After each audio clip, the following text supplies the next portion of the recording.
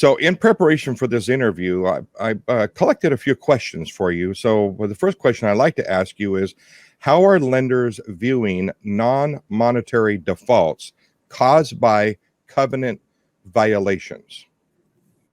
Well, that's an interesting question in that very early on in this COVID process, as real estate owners had problems collecting rent,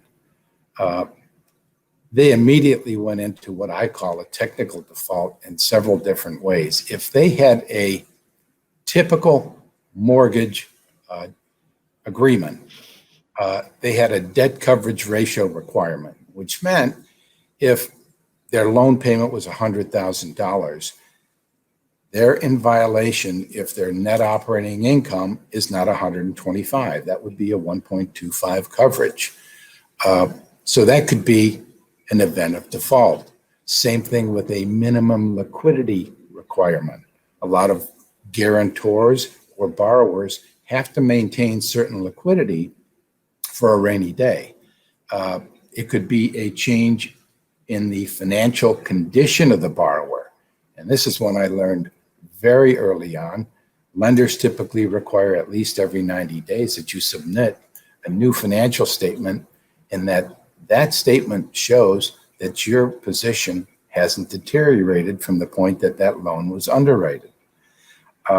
You've got a couple of other conditions. Could be an interest reserve coverage condition. It could be a loan to value covenant. If the value of your property falls, you could be in violation, because if that loan was made at 75% loan to value and it's now at 99% because of a value decline, you could be declared in technical default, even if you're making your payments. So covenant defaults are something that really need to be watched on both the borrower side and the lenders. And right now, lenders are watching covenant defaults very, very aggressively. So with so many commercial properties like strip malls and, shopping malls, strip malls, hotels, commercial property, I am sure that that's a question that is on a lot of business owners and CEOs' minds, is this whole thing about covenant violations. So what specifically could they do to make sure that they stay in covenant and they know that they're not in violation?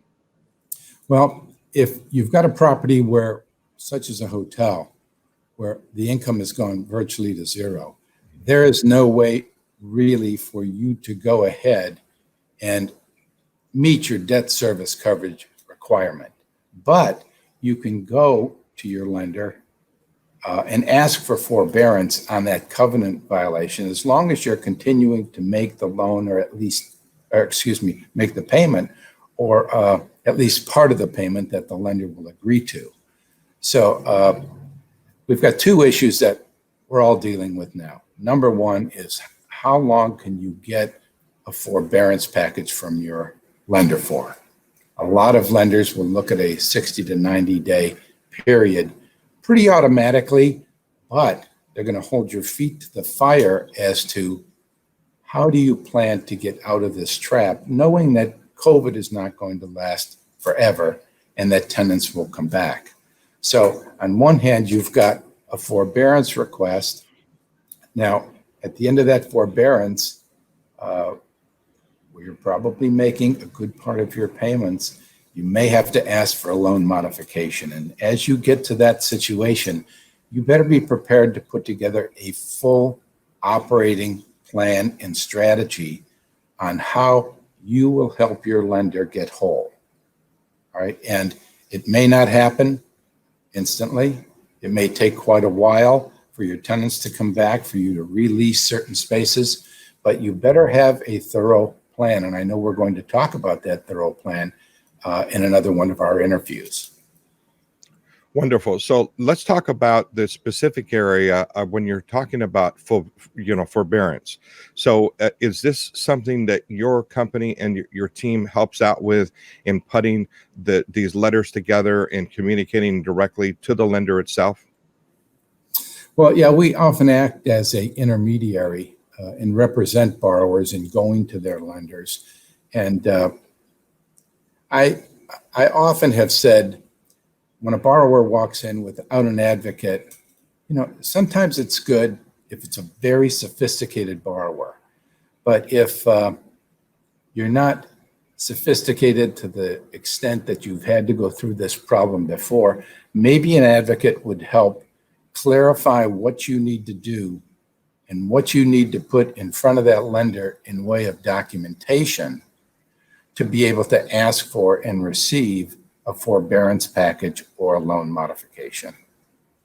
Great. That makes a lot of sense. So how do we get more information regarding this specific area in that? And, where do we go, and how is it that you can help out business owners, CEOs that right now feel like, oh, they're out of covenant, or they're about ready to be, but I want to be proactive on this. How do we get more information?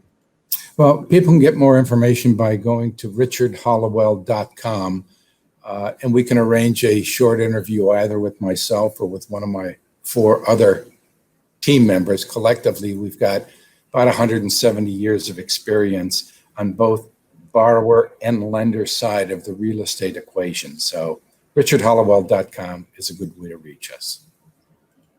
Fantastic. Thank you very much.